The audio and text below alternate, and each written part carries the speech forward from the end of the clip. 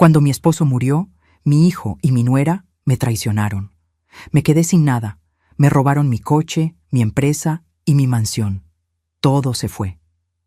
Entonces comencé a trabajar como empleada de limpieza para un millonario que estaba a punto de perderlo todo. Fue cuando encontré una memoria USB en el jardín y se la entregué. Ese secreto cambió nuestras vidas. Me alegra tenerte aquí. Sigue mi historia hasta el final y comenta desde qué ciudad me estás viendo. Así podré ver hasta dónde ha llegado mi historia. Me llamo Clarisa. Tengo 63 años y durante 4 décadas creí que conocía a mi familia. Hasta el día en que mi esposo Roberto murió y descubrí que mi propio hijo había estado planeando mi destrucción desde hacía años. Todo comenzó una semana después del funeral. Aún vestía de negro cuando Fernando apareció en la puerta de mi casa acompañado de Ariana, su esposa. Llevaban una carpeta llena de documentos y esa expresión fría que solo se ve en los abogados cuando van a destruir una vida. «Mamá, necesitamos hablar», dijo Fernando sin siquiera abrazarme. Durante 40 años había sido mi niño, mi orgullo, el hijo que Roberto y yo criamos con tanto amor. Pero ese día, parado en la entrada de mi propia casa, era un extraño.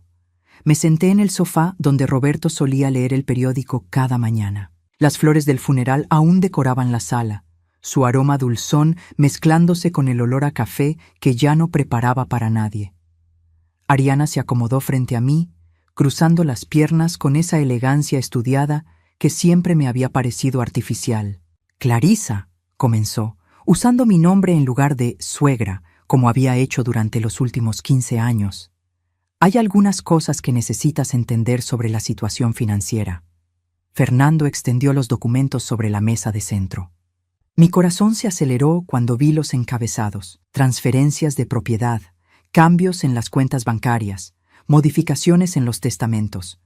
Todo fechado meses antes de la muerte de Roberto. «¿Qué es esto?», pregunté, mi voz apenas un susurro. «Papá y yo hicimos algunos ajustes legales», respondió Fernando, evitando mi mirada. «La empresa, la casa, las cuentas. Todo está ahora bajo mi nombre para proteger los activos familiares». Las palabras golpearon como puñetazos. Levanté uno de los documentos con manos temblorosas. La firma de Roberto estaba ahí, pero algo se veía extraño. Los trazos temblaban más de lo normal, como si hubiera estado muy enfermo cuando firmó. «Tu padre estaba tomando esos medicamentos fuertes para el dolor», murmuró Ariana, como leyendo mis pensamientos. A veces se confundía. Fernando solo estaba protegiendo el patrimonio familiar. Sentí que el suelo desaparecía bajo mis pies. Roberto había muerto de un cáncer que lo consumió en 6 meses. Durante ese tiempo yo había estado a su lado cada segundo, cuidándolo, velando sus noches de dolor. ¿Cuándo había tenido tiempo de firmar todos estos documentos? ¿Por qué no me había dicho nada? «Pero esto significa que…», comencé. «Que ya no eres propietaria de nada», completó Ariana con una sonrisa que pretendía ser comprensiva, pero que se sentía como hielo. «No te preocupes, no te vamos a dejar en la calle. Puedes quedarte en el cuarto de huéspedes por un tiempo mientras encuentras algo más apropiado para tu nueva situación». El cuarto de huéspedes, en la casa que Roberto y yo habíamos construido juntos, donde habíamos criado a Fernando, donde habíamos celebrado cada Navidad y cumpleaños durante 30 años. Ahora era una invitada en mi propio hogar. «Fernando», susurré, buscando en sus ojos algún rastro del niño que solía correr hacia mí cuando tenía pesadillas. «¿Cómo pudiste hacer esto?». Por primera vez mi hijo me miró directamente. Lo que vi en sus ojos me heló la sangre. No había dolor, no había conflicto, no había amor. Solo una frialdad calculada que no reconocía. «Es solo negocios, mamá». Papá lo entendía. Esa noche, sola en lo que había sido mi dormitorio matrimonial, encontré una caja escondida en el armario de Roberto. Dentro había copias de documentos originales, fechados años atrás, que mostraban la verdadera estructura de nuestro patrimonio. También encontré un sobre con mi nombre escrito con la letra temblorosa de mis últimos días. «Mi querida Clarisa», decía la nota, «si estás leyendo esto, significa que Fernando hizo exactamente lo que temía. Nunca firmé esos documentos con claridad mental. Me presionaba constantemente cuando los medicamentos me nublaban el juicio. Perdóname por no haber sido más fuerte.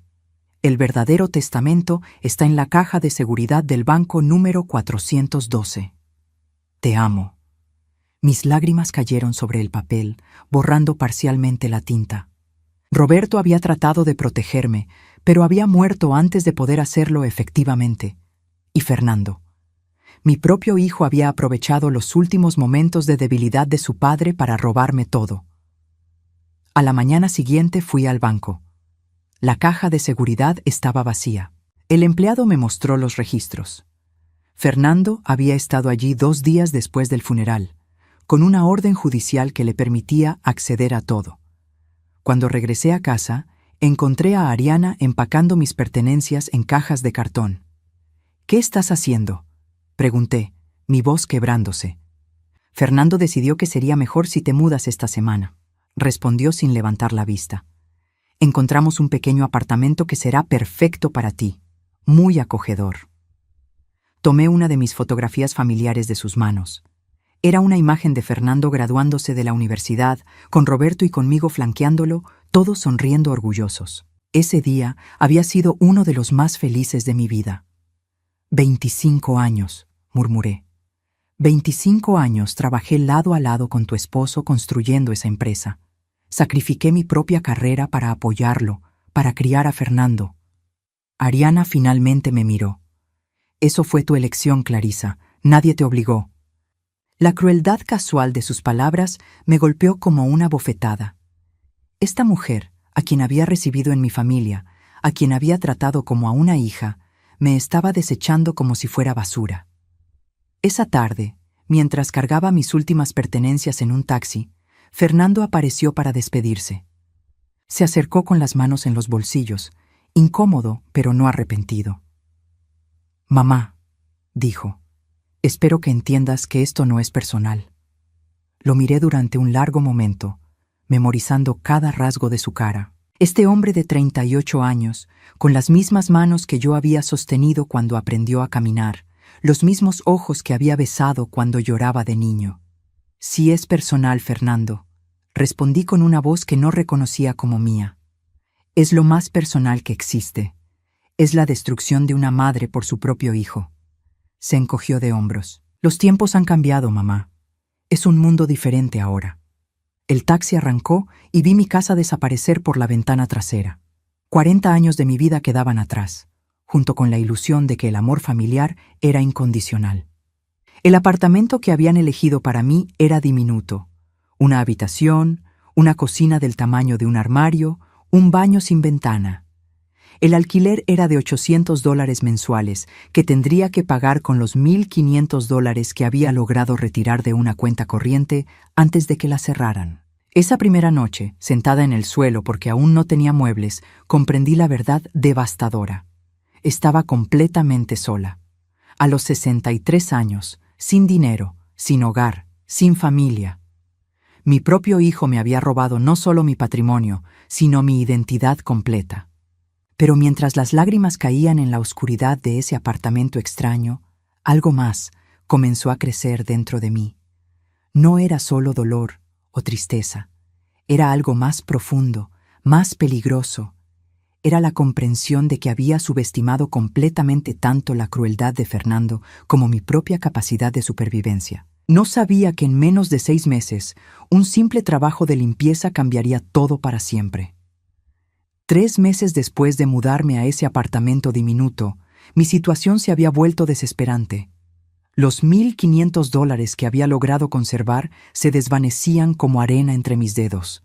El alquiler, la comida, los servicios básicos, todo costaba más de lo que había imaginado cuando vivía en mi burbuja de comodidad. Cada mañana me despertaba en un colchón inflable que había comprado en una tienda de descuento, mirando las manchas de humedad en el techo agrietado. El contraste con mi antigua vida era tan brutal que a veces creía estar viviendo una pesadilla de la cual despertaría en mi cama matrimonial, con Roberto trayéndome café como había hecho durante 30 años. pero Roberto estaba muerto, y yo estaba viva en este infierno que mi propio hijo había creado para mí. La búsqueda de trabajo había sido humillante desde el primer día. A los 63 años, sin experiencia laboral reciente formal, era invisible para la mayoría de empleadores. Había dirigido la contabilidad de nuestra empresa familiar durante décadas, pero eso no parecía importar cuando las ofertas requerían experiencia en software moderno o habilidades digitales avanzadas. Lo siento, señora Herrera, me decían una y otra vez.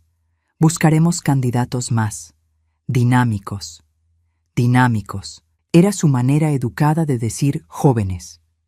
Después de 2 semanas de rechazos, comencé a postularme para trabajos que jamás había considerado. Cajera en supermercados, recepcionista, asistente de limpieza. La desesperación tiene una forma particular de destruir el orgullo, de reducirlo a polvo hasta que lo único que importa es sobrevivir un día más. Fue María Elena, la señora que vivía en el apartamento de al lado, quien me dio la pista que cambiaría mi destino. Clarisa, me dijo una tarde mientras compartíamos un café instantáneo en mi minúscula cocina. Mi sobrina trabaja limpiando casas en el sector norte. Dice que hay una familia muy rica que necesita a alguien. Pagan bien, pero son muy exigentes. El sector norte era donde Roberto y yo habíamos vivido, donde aún vivía Fernando en mi antigua casa. La ironía era perfecta. Tendría que limpiar casas en el mismo vecindario donde una vez había sido dueña de una mansión. ¿Cuánto pagan?, pregunté, tragándome lo que quedaba de mi orgullo. $800 a la semana, respondió María Elena. Pero tienes que trabajar 6 días, desde las 7 de la mañana hasta las 4 de la tarde. $800 a la semana. Era más dinero del que había visto en meses. Sin pensarlo 2 veces, le pedí el contacto. 2 días después, estaba parada frente a una mansión que rivalizaba en tamaño con la casa que había perdido. Portones de hierro forjado, jardines perfectamente cuidados, una fuente central que susurraba elegantemente. Todo era imponente, desde las columnas de mármol hasta las ventanas emplomadas que reflejaban el cielo matutino. La mujer que me recibió era menuda, de unos 50 años, con el cabello perfectamente peinado y una actitud que gritaba eficiencia militar. «Usted debe ser la señora Herrera», dijo, examinándome de pies a cabeza. «Soy Gloria, el ama de llaves principal. El señor Montgomery requiere estándares muy específicos. ¿Está preparada para eso?». Asentí, sintiendo como mis zapatos de segunda mano se hundían en la alfombra persa del vestíbulo. «El señor Montgomery es muy particular», continuó Gloria mientras me guiaba por la casa. «Ha pasado por varias empleadas en los últimos meses. Algunas no podían manejar sus expectativas. La mansión era aún más impresionante por dentro. Techos de 12 pies de altura, escaleras de mármol que curvaban hacia el segundo piso, obras de arte que probablemente costaban más que lo que yo había ganado en toda mi vida. Pero también había algo triste en esa perfección. Todo estaba inmaculadamente limpio, pero se sentía vacío, como un museo donde nadie realmente vivía. «¿Cuántas personas viven aquí?», pregunté mientras Gloria me mostraba la cocina, que era más grande que mi apartamento completo. «Solo el señor Montgomery», respondió. «Su esposa murió hace 3 años. Sus hijos viven en el extranjero. No recibe visitas muy frecuentemente». Había algo en su tono que sugería que había más historia detrás de esas palabras, pero no pregunté. Necesitaba este trabajo demasiado como para mostrar curiosidad. Mi primer día fue agotador. Aspirar cada centímetro de esas alfombras persas, limpiar ventanas que se extendían desde el suelo hasta el techo, pulir muebles antiguos que probablemente valían más que un automóvil. Mis manos, que una vez solo habían conocido el trabajo de oficina, se llenaron de ampollas y cortadas. Durante esa primera semana apenas vi al señor Montgomery. Ocasionalmente escuchaba pasos en el segundo piso o el murmullo de una conversación telefónica desde su oficina. Gloria me había advertido que prefería que las empleadas fueran invisibles, que hiciéramos nuestro trabajo sin molestarlo. «Ha tenido algunos problemas últimamente», me confió Gloria mientras almorzábamos en la cocina del servicio. «Problemas con su negocio.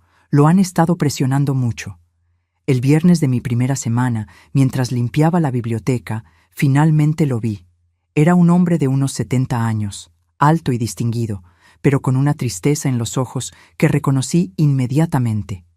Era la misma expresión que yo había visto en el espejo cada mañana desde la muerte de Roberto. «Disculpe», dijo con voz suave pero tensa. «¿Usted es nueva?» «Sí, señor», respondí, bajando la vista. «Soy Clarisa Herrera». Asintió brevemente y siguió caminando, pero no antes de que notara algo más en su expresión. Una tensión, una preocupación que iba más allá de la tristeza normal. Parecía un hombre perseguido.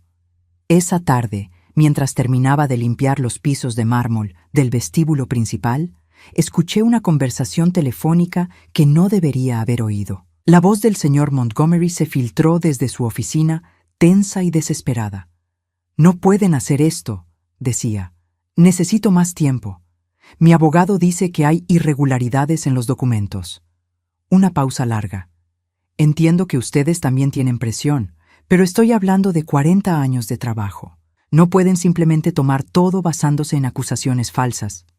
Otra pausa, más larga. «Sí, entiendo las consecuencias, pero necesito pruebas. Algo, cualquier cosa que demuestre que esto es una conspiración». El teléfono se colgó con un golpe seco. Luego escuché algo que me rompió el corazón.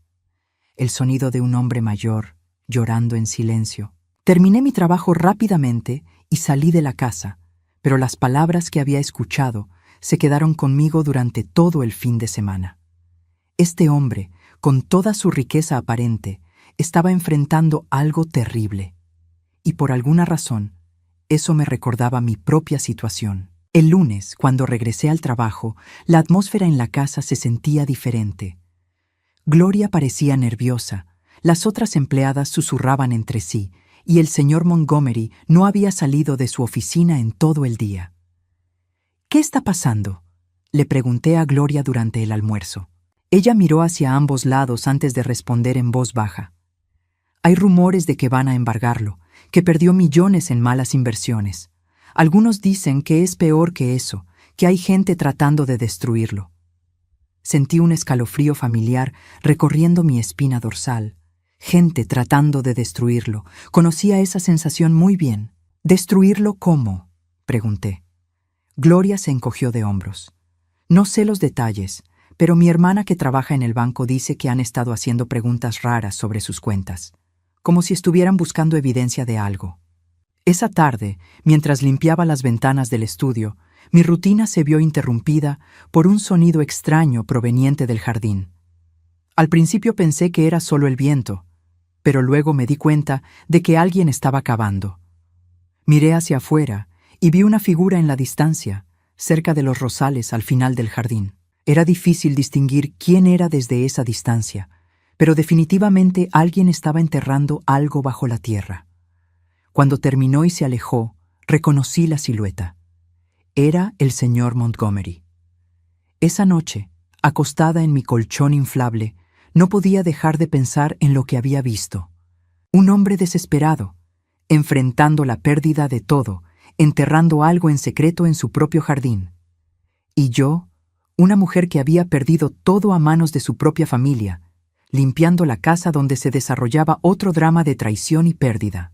No sabía que al día siguiente, mientras limpiaba ese mismo jardín, encontraría algo que cambiaría nuestros destinos para siempre. Pero por ahora solo sabía que había encontrado algo que no había tenido en meses. Un propósito que iba más allá de la mera supervivencia. El martes por la mañana llegué temprano a la mansión, como siempre. Gloria me había asignado la limpieza del jardín trasero, una tarea que normalmente me hubiera parecido agradable si no fuera porque mis rodillas de 63 años protestaban cada vez que me agachaba para arrancar malezas. El aire matutino era fresco y el rocío aún cubría las rosas perfectamente cuidadas. Mientras trabajaba cerca del área donde había visto al señor Montgomery la noche anterior, no podía quitarme de la cabeza la imagen de él cavando desesperadamente en la tierra. Estaba removiendo las hojas secas de debajo de los rosales cuando mi mano tocó algo que definitivamente no pertenecía ahí. Al principio pensé que era una piedra, pero cuando lo saqué de la tierra, vi que era un pequeño dispositivo rectangular y negro. Un USB. Lo limpié cuidadosamente con mi delantal. Estaba sellado en una bolsa plástica transparente, como si alguien hubiera querido protegerlo de la humedad. Mi corazón comenzó a latir más rápido. Esto tenía que ser lo que el señor Montgomery había enterrado. Durante los siguientes 20 minutos continué trabajando, pero mi mente estaba completamente concentrada en el pequeño dispositivo que ahora guardaba en el bolsillo de mi delantal. ¿Qué contenía? ¿Por qué el señor Montgomery lo había enterrado? ¿Y qué debía hacer yo ahora? Podía simplemente volver a enterrarlo y fingir que nunca lo había encontrado. Podía guardarlo y olvidarme del asunto. O podía hacer lo correcto y devolvérselo a su dueño. Pero después de todo lo que había pasado con Fernando y Ariana, la idea de hacer lo correcto se había vuelto complicada para mí. Terminé la limpieza del jardín alrededor del mediodía y entré a la casa para almorzar con las otras empleadas. Gloria notó inmediatamente que algo me preocupaba. ¿Todo bien, Clarissa?, preguntó mientras abría su lonchera. ¿Te ves nerviosa? Estoy bien, mentí, tocando inconscientemente el bolsillo donde estaba el USB. Solo un poco cansada. Durante el almuerzo, las otras empleadas chismosearon sobre los problemas del señor Montgomery. Carmen, que había trabajado allí durante 5 años, había escuchado fragmentos de conversaciones telefónicas preocupantes. Ayer escuché que alguien lo llamó amenazándolo, susurró Carmen. Algo sobre documentos faltantes y una fecha límite. Mi prima que trabaja en el banco dice que está en serios problemas, añadió Rosa, la empleada más joven. Que algunas personas muy poderosas están tratando de arruinarlo. ¿Pero por qué?, pregunté genuinamente curiosa. Carmen se encogió de hombros. Negocios, supongo. Cuando tienes tanto dinero como él, siempre hay alguien tratando de quitártelo. Sus palabras resonaron en mi mente de una manera que me hizo sentir incómoda. Alguien tratando de quitarle todo, como Fernando y Ariana me habían hecho a mí, pero usando métodos legales y manipulación emocional en lugar de amenazas directas. Esa tarde, mientras limpiaba el segundo piso, escuché una conversación telefónica que confirmó mis peores sospechas sobre la situación del señor Montgomery. «Listen to me very carefully», decía una voz que no reconocí, hablando en inglés desde el altavoz del teléfono en su oficina. You have 72 hours to produce those documents. If you can't prove your innocence, we move forward with the seizure. Those documents were stolen from my safe, respondió el señor Montgomery, su voz temblorosa de rabia y desesperación. Someone broke into my home office 6 months ago. I reported it to the police. That's your problem, not ours. Without proof of the legitimate source of those investments, we have to assume money laundering. 72 hours, Montgomery, that's it. El teléfono se colgó y el silencio que siguió fue ensordecedor. Luego escuché algo que me partió el corazón, el sonido de alguien sollozando silenciosamente. Me quedé paralizada en el pasillo, sosteniendo mi trapo de limpieza, sintiendo como si estuviera viendo mi propia tragedia repetirse en la vida de otro. Alguien había robado documentos importantes de su oficina. Alguien estaba usando esa pérdida para destruirlo, y él no tenía manera de probar su inocencia. El USB en mi bolsillo parecía pesar 1000 libras. Esa noche, en mi apartamento diminuto, me senté en mi colchón inflable con el dispositivo en las manos. Tenía una computadora vieja que había comprado usada por $50, principalmente para buscar trabajo en línea. Con manos temblorosas inserté el USB. Lo que encontré me dejó sin aliento. Carpeta tras carpeta de archivos, documentos bancarios, grabaciones de audio, fotografías de reuniones, contratos.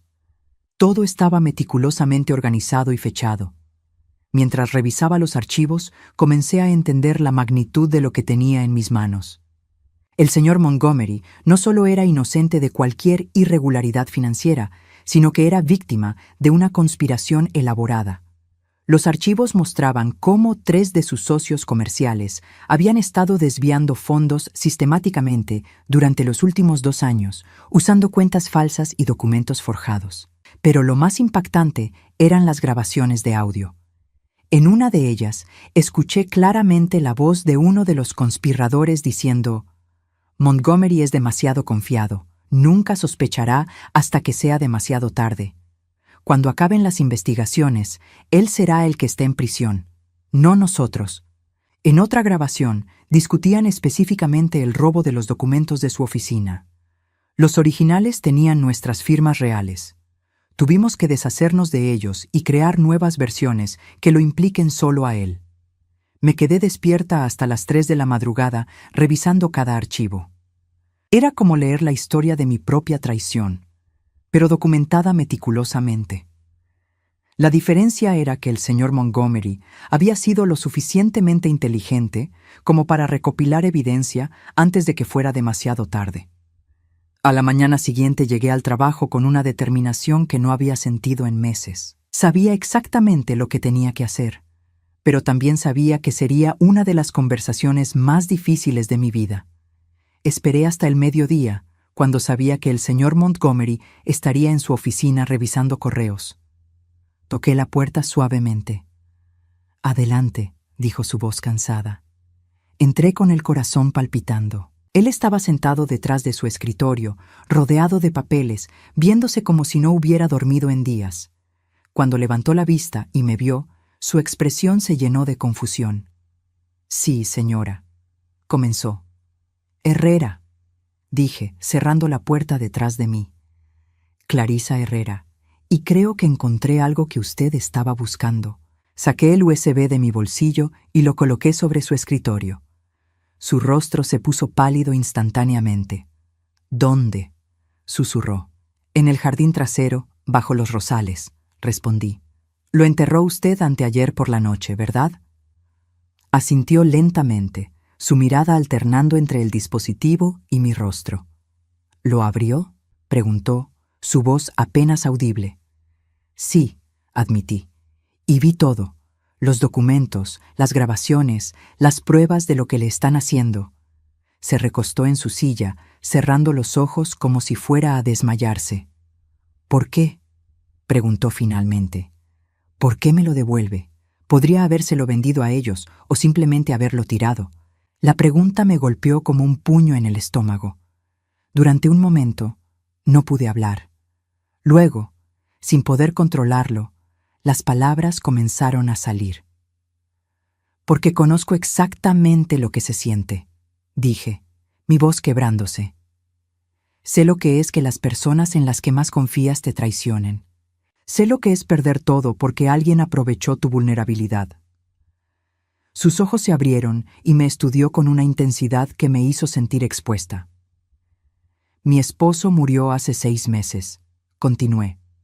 «Mi hijo y mi nuera usaron su enfermedad para hacerle firmar documentos que le daban todo a ellos. Perdí mi casa, mi empresa, mis ahorros, todo. Y ahora estoy aquí, limpiando la casa de un extraño a los 63 años, porque mi propia familia me destruyó». El silencio se extendió entre nosotros durante lo que parecieron horas. Luego, lentamente, el señor Montgomery se levantó de su silla y caminó hacia la ventana.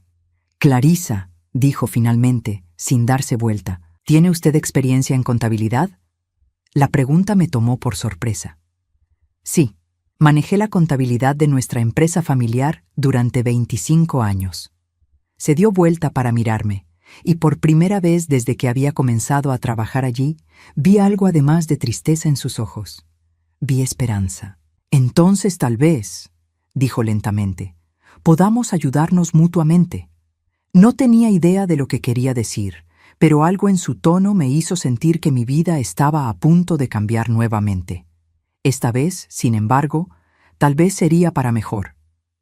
«¿Qué tiene en mente?», pregunté. Su sonrisa fue pequeña pero genuina.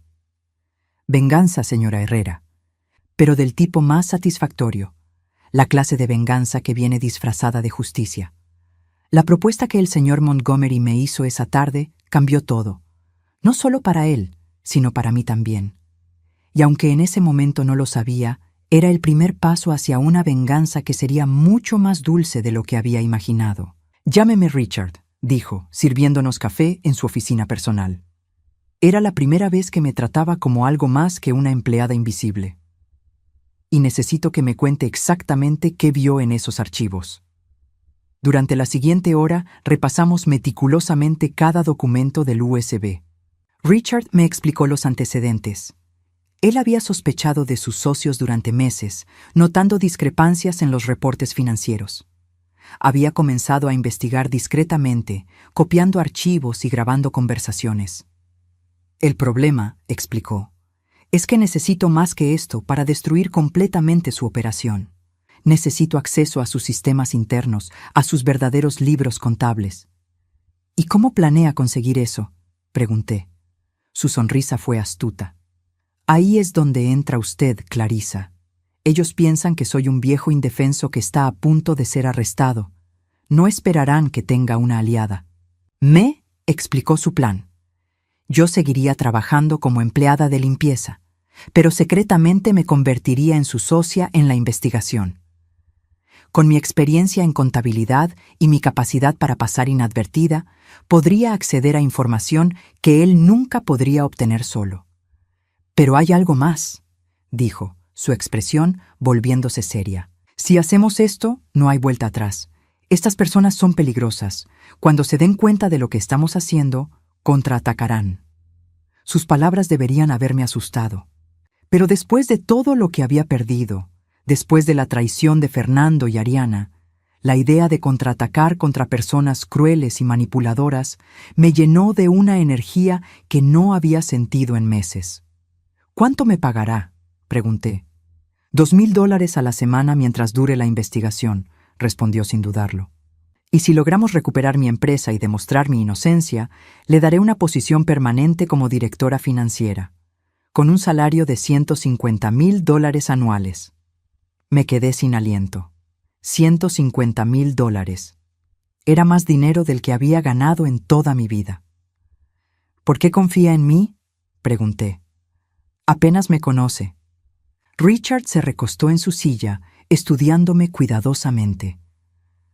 Porque, dijo lentamente, reconozco la mirada de alguien que ha sido traicionado por las personas que más amaba. Esa clase de dolor no se puede fingir, y esa clase de rabia puede ser muy útil cuando se dirige correctamente. Esa noche firmé un acuerdo de confidencialidad y oficialmente me convertí en algo que nunca había imaginado que sería, una espía corporativa. Los siguientes 2 días fueron intensos. Richard me enseñó a usar equipos de grabación diminutos, me explicó los aspectos legales de lo que estábamos haciendo y me dio una educación intensiva sobre las operaciones de su empresa. Montgomery Industries era un conglomerado de inversiones que manejaba portafolios por valor de más de $500 millones. Los 3 socios que lo estaban traicionando, Robert Chen, Marcus Williams y Patricia Stone, habían estado desviando fondos a través de una red compleja de cuentas offshore y empresas fantasma. ¿Cuánto le han robado?, pregunté mientras revisábamos los documentos en su oficina privada. Hasta ahora, aproximadamente 35 millones, respondió con amargura. Pero no se trata solo del dinero. Están preparando el terreno para culparme de lavado de dinero y fraude. Si tienen éxito, no solo perderé todo, sino que pasaré el resto de mi vida en prisión. El plan era brillante en su simplicidad. Yo continuaría trabajando como empleada de limpieza, pero también comenzaría a ayudar en las oficinas de Montgomery Industries durante las tardes. Oficialmente estaría organizando archivos y haciendo trabajo de oficina básico. En realidad, estaría instalando dispositivos de escucha y copiando archivos confidenciales. Mi primer día en las oficinas fue aterrador y emocionante a la vez. El edificio era impresionante. 30 pisos de vidrio y acero en el centro de la ciudad. La oficina de Montgomery Industries ocupaba los pisos 28, 29 y 30. Patricia Stone fue la primera de los conspiradores que conocí en persona. Era una mujer de unos 45 años, elegante, pero con una dureza en los ojos que reconocí inmediatamente. Era el mismo tipo de frialdad calculada que había visto en los ojos de Ariana. ¿Y usted es?, me preguntó cuando me vio organizando archivos en la oficina de contabilidad. Clarissa Herrera, respondí humildemente. El señor Montgomery me contrató para ayudar con el papeleo mientras él maneja sus problemas legales. Su expresión se relajó inmediatamente. Obviamente, la idea de que Richard estuviera tan desesperado como para contratar a una empleada de limpieza como asistente de oficina la divirtió. Bueno, dijo con una sonrisa condescendiente. Supongo que todos tenemos que hacer ajustes en tiempos difíciles.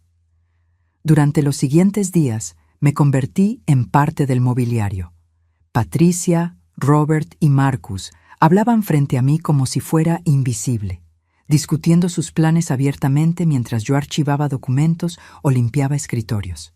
Fue durante una de esas conversaciones que escuché algo que me heló la sangre. El problema es Montgomery, decía Marcus Williams, un hombre corpulento con un acento texano pronunciado. Mientras esté libre, hay riesgo de que encuentre evidencia que nos incrimine. Los federales se lo llevarán en menos de una semana, respondió Robert Chen con una confianza que me dio náuseas.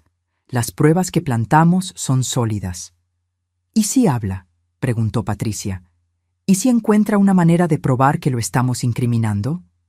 Marcus se rió fríamente. Patricia, querida, para cuando termine de lidiar con los cargos federales y las demandas civiles, no va a tener ni tiempo ni dinero para investigar nada. Vamos a destruirlo tan completamente que nunca se recuperará. Sus palabras me recordaron dolorosamente las conversaciones que debían haber tenido Fernando y Ariana mientras planeaban mi propia destrucción. La misma crueldad casual, la misma falta de remordimiento por arruinar completamente la vida de otra persona. Esa tarde le reporté todo a Richard. Su rostro se endureció mientras escuchaba las grabaciones que había hecho. «Necesitamos movernos más rápido», dijo. «Tienen razón sobre una cosa. El tiempo no está de nuestro lado». Durante las siguientes 2 semanas trabajé 12 horas al día, dividiendo mi tiempo entre la mansión y las oficinas. Lentamente, fuimos construyendo un caso de acero contra los conspiradores. Pero también descubrí algo que cambiaría todo.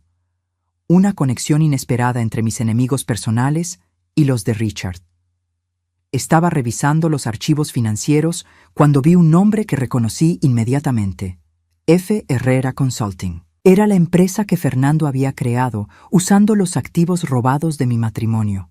Según los documentos, había comenzado a hacer negocios con Patricia Stone apenas 2 meses después de la muerte de Roberto. Con manos temblorosas, seguí el rastro de papel. Fernando y Patricia tenían una relación comercial significativa. Peor aún, había evidencia de que Fernando estaba lavando parte del dinero robado a través de la misma red que Patricia usaba para sus propias actividades ilegales. «Richard», le dije esa noche, mi voz temblando de emoción. «Encontré algo que cambia todo». Le mostré los documentos. Su expresión pasó de confusión a comprensión a algo que solo puedo describir como satisfacción vengativa. «Clarissa», dijo lentamente, «creo que el destino nos juntó por una razón». «¿Qué quiere decir?» Su sonrisa fue feroz.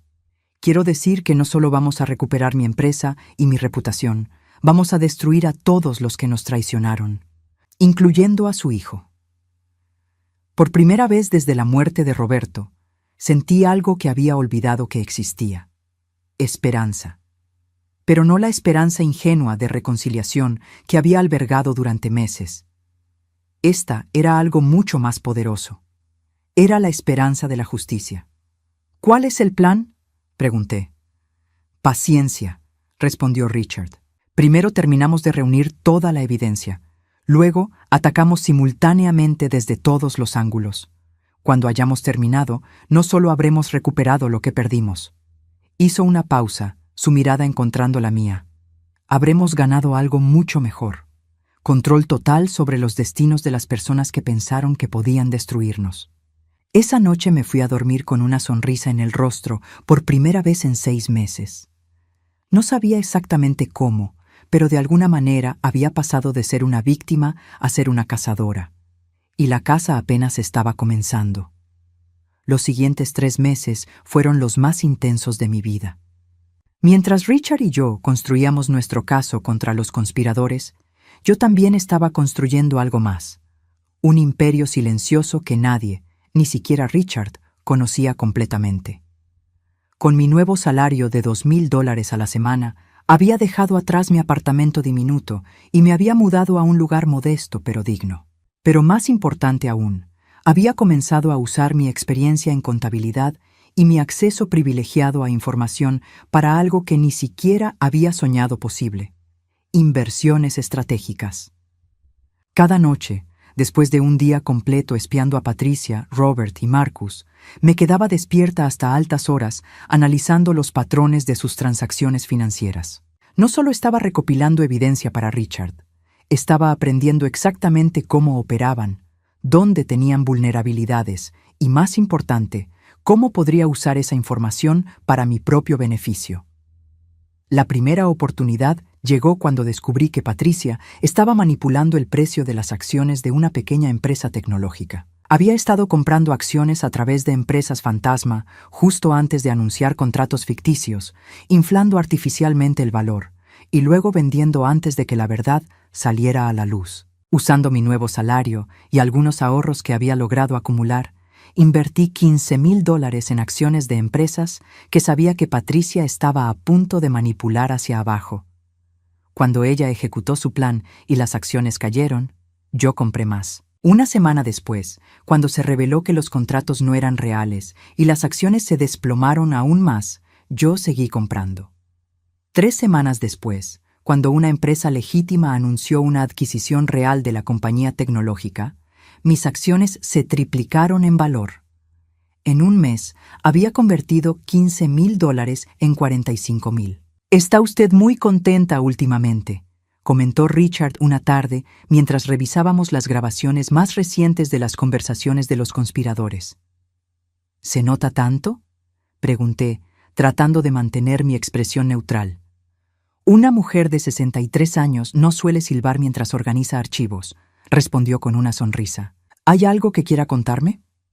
Por un momento consideré confesarle sobre mis inversiones, pero algo me detuvo. Richard había sido generoso conmigo, pero también era un hombre acostumbrado a controlar todo a su alrededor. Si sabía exactamente cuánto dinero estaba ganando, podría comenzar a verme como una amenaza en lugar de como una aliada. «Solo estoy disfrutando la sensación de hacer algo importante», respondí. «Es la primera vez en meses que siento que mi vida tiene propósito». No era mentira, pero tampoco era toda la verdad. La segunda gran oportunidad llegó cuando intercepté una conversación entre Marcus y un desarrollador inmobiliario corrupto. Estaban planeando comprar secretamente varios lotes de tierra en las afueras de la ciudad antes de que se anunciara públicamente un nuevo proyecto de desarrollo comercial. Usando mis ganancias de las inversiones en acciones, compré discretamente 2 lotes adyacentes a los que Marcus había adquirido. Cuando el proyecto se anunció 6 semanas después, el valor de mi propiedad se multiplicó por 5. $50,000 se convirtieron en $250,000. Pero el momento más satisfactorio llegó cuando descubrí algo que haría que mi venganza personal fuera aún más dulce. Estaba revisando los registros bancarios que habíamos copiado del sistema de Patricia cuando vi una serie de transferencias que me llamaron la atención. Todas provenían de F. Herrera Consulting, la empresa de Fernando, y todas iban a cuentas que reconocí como parte de la red de lavado de dinero. Pero había algo más. Las fechas de las transferencias coincidían perfectamente con fechas significativas: el aniversario de la muerte de Roberto, el día de mi cumpleaños, el día en que me habían expulsado de mi propia casa. Fernando no solo estaba lavando dinero, estaba haciendo transferencias deliberadas en fechas que sabía que me lastimarían si alguna vez las descubría. Era su manera de burlarse de mí, incluso en sus actividades criminales. «Richard», le dije esa noche, «necesito pedirle un favor». Estábamos en su oficina privada, trabajando hasta tarde como habíamos hecho tantas noches. Él levantó la vista de los documentos que estaba revisando. «¿Qué necesita? Cuando ejecutemos nuestro plan contra Patricia y sus socios, quiero ser yo quien presente la evidencia contra mi hijo». Richard frunció el ceño. «Clarissa, entiendo que esto es personal para usted, pero podría ser peligroso». Estas personas, lo interrumpí, destruyeron mi vida mucho antes de que usted supiera que existían. Mi hijo me robó todo, me humilló, me dejó sin nada. Y ahora descubro que no solo hizo eso, sino que está usando el dinero robado de su padre muerto para financiar operaciones criminales. Mi voz se quebró ligeramente, pero continué. Necesito ser yo quien lo enfrente. Necesito que sepa que su víctima no se quedó callada, que se levantó y luchó. Richard me estudió durante un largo momento. Luego asintió lentamente. Está bien, dijo, pero lo haremos de manera inteligente. No queremos que escape antes de que podamos asegurar toda la evidencia. Durante las siguientes semanas refinamos nuestro plan. Richard se encargaría de Patricia, Robert y Marcus. Yo me encargaría de Fernando y Ariana. Pero había una parte del plan que no le conté a Richard. Con mis ganancias de inversión, que ahora ascendían a más de $300,000, había comenzado a comprar discretamente las deudas de Fernando. Su empresa consultora había crecido rápidamente usando el dinero robado, pero también había acumulado obligaciones significativas con varios acreedores. A través de una serie de empresas fantasma, había adquirido el 60% de las deudas de F. Herrera Consulting. Cuando llegara el momento adecuado, podría ejecutar esas deudas simultáneamente, forzando a Fernando a la bancarrota instantánea. Pero quería algo más que bancarrota. Quería que él sintiera exactamente lo que yo había sentido.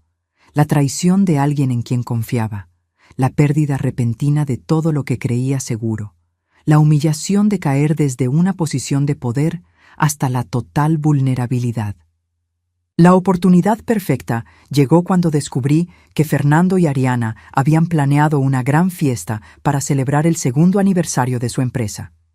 Iban a celebrarlo en mi antigua casa, la casa que me habían robado, invitando a todos los clientes importantes y socios comerciales. Richard, le dije, creo que es hora de ejecutar nuestro plan. ¿Estás segura de que está lista?, preguntó. Una vez que comencemos, no hay vuelta atrás. Sonreí, sintiendo una calma que no había experimentado en años. He estado lista desde el día que me echaron de mi propia casa, respondí. Es hora de que Fernando y Ariana aprendan que subestimaron completamente a la mujer que pensaron haber destruido. Esa noche, mientras me preparaba para lo que vendría, me miré en el espejo del baño de mi nuevo apartamento. La mujer que me devolvía la mirada ya no era la víctima desesperada que había sido 6 meses atrás. Era alguien más fuerte, más inteligente, más peligrosa. Era alguien que había aprendido que la mejor venganza no era la violencia o los gritos. Era la paciencia, la planificación cuidadosa y la ejecución perfecta de un plan que devolvería cada humillación multiplicada por 10. Fernando y Ariana habían jugado con fuego cuando decidieron traicionarme. Ahora estaban a punto de descubrir exactamente qué tan caliente podía arder esa llama. Y yo tenía todas las cerillas. La noche de la fiesta de aniversario de F. Herrera Consulting, me vestí con el traje más elegante que había comprado con mis ganancias de inversión. Negro, impecable, profesional. Era importante que me viera exactamente como lo que era ahora. Una mujer de negocios exitosa, no la empleada doméstica desesperada que habían conocido. Richard y yo habíamos coordinado nuestros ataques para que ocurrieran simultáneamente. Mientras él se enfrentaba a Patricia, Robert y Marcus en las oficinas de Montgomery Industries, yo me dirigiría a mi antigua casa para el enfrentamiento final con Fernando y Ariana. ¿Está segura de que no quiere que vaya con usted?, preguntó Richard por última vez mientras nos separábamos en el estacionamiento. No, respondí firmemente. Esto es algo que necesito hacer sola. Pero Richard, me detuve buscando las palabras correctas. Gracias por creer en mí, por darme esta oportunidad. Cambió mi vida. Él sonrió, pero había preocupación en sus ojos. Clarissa, solo. Tenga cuidado. Y recuerde, la mejor venganza es la que deja a sus enemigos vivos para sufrir las consecuencias. Conduje hacia mi antigua casa con el corazón latiendo fuertemente, pero no de nervios. Era excitación pura. Durante 6 meses había planeado este momento, y ahora finalmente había llegado. El vecindario se veía exactamente igual, pero yo era completamente diferente. La última vez que había estado aquí, había sido expulsada como una indigente. Esta vez regresaba como propietaria secreta del 60% de las deudas de mi hijo.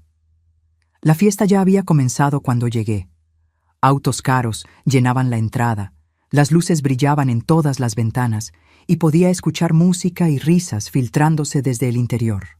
Era exactamente el tipo de celebración ostentosa que Ariana adoraba. Toqué el timbre y esperé. Cuando Fernando abrió la puerta, su rostro pasó por una serie de expresiones fascinantes. Sorpresa, confusión, molestia y finalmente una sonrisa forzada. «Mamá», dijo, lo suficientemente alto como para que otros invitados pudieran escuchar. «¿Qué? Sorpresa». «Hola, Fernando», respondí calmadamente. «Espero que no te importe que haya venido. Escuché sobre tu fiesta de aniversario y pensé que debería felicitarte en persona».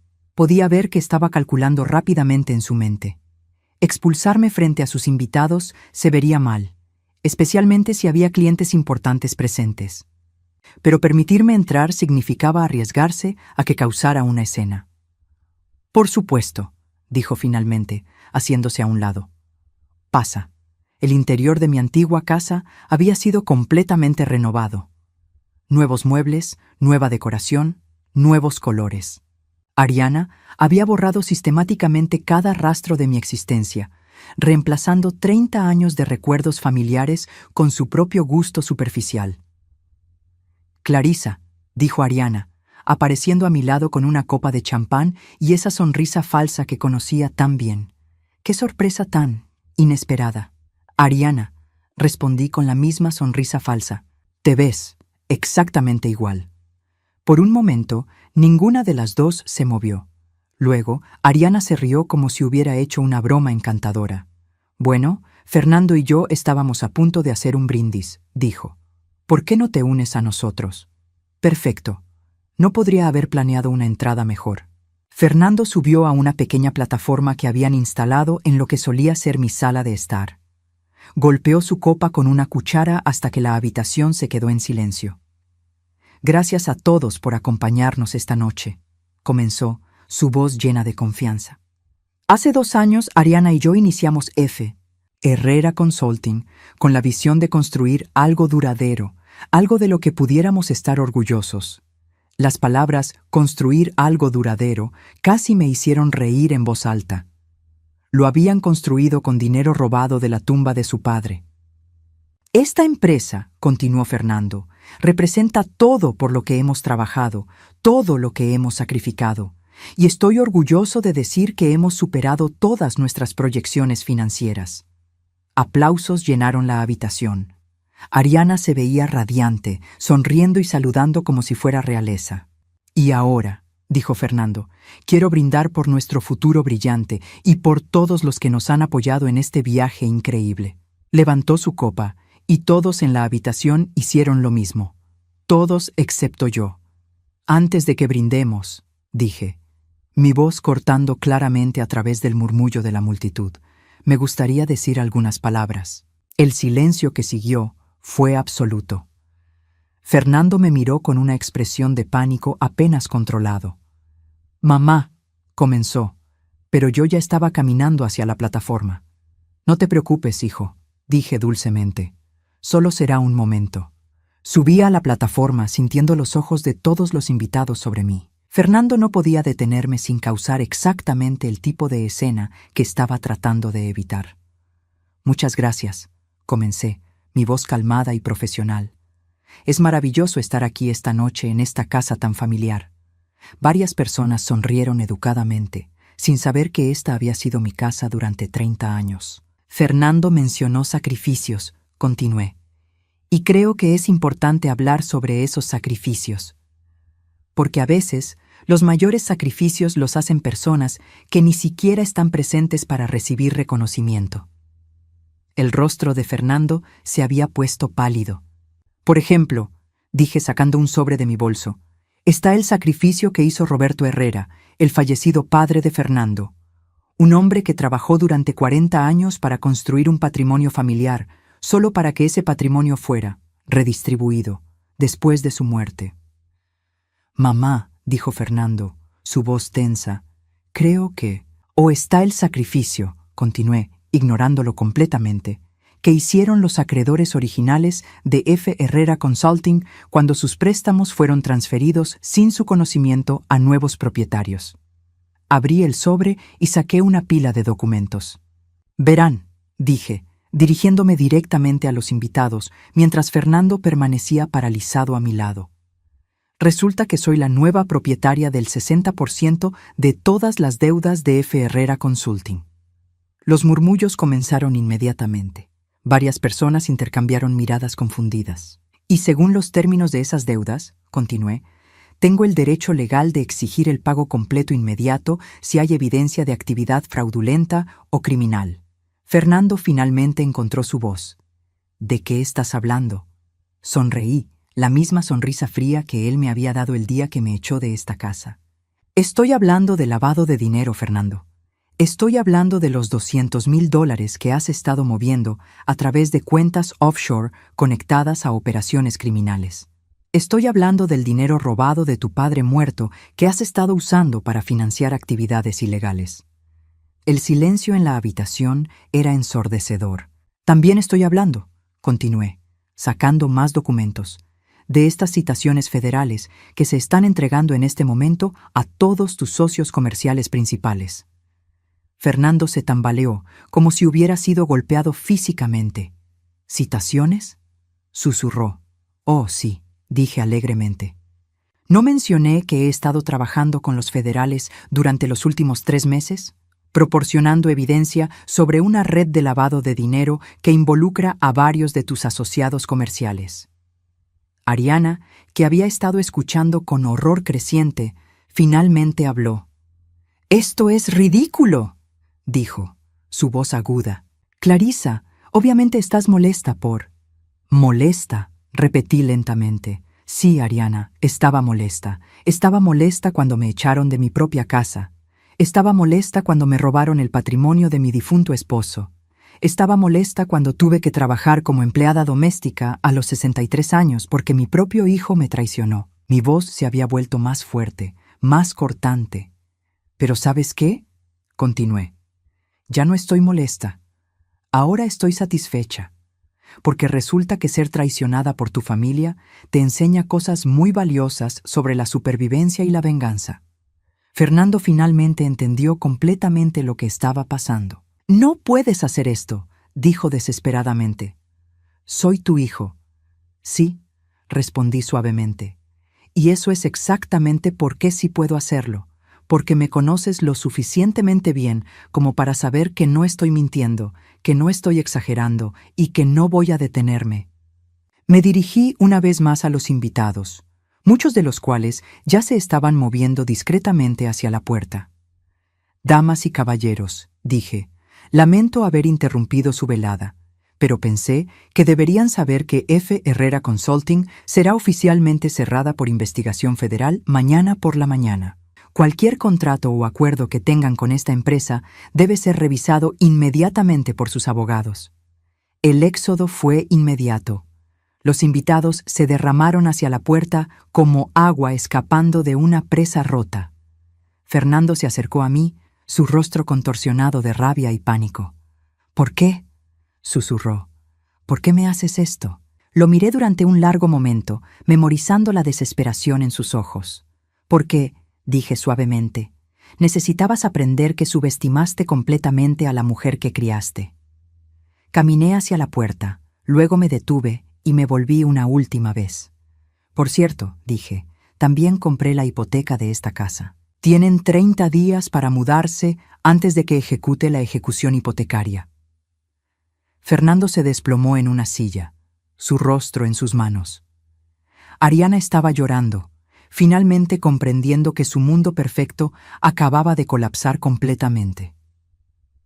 Salí de mi antigua casa por última vez, pero esta vez no como una víctima.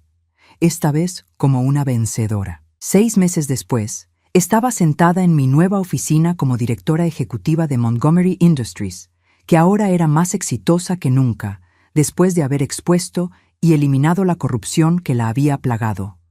Mi patrimonio personal había crecido a más de $2 millones, construido a través de inversiones inteligentes y trabajo duro. Fernando había pasado 3 meses en prisión antes de aceptar un acuerdo de culpabilidad.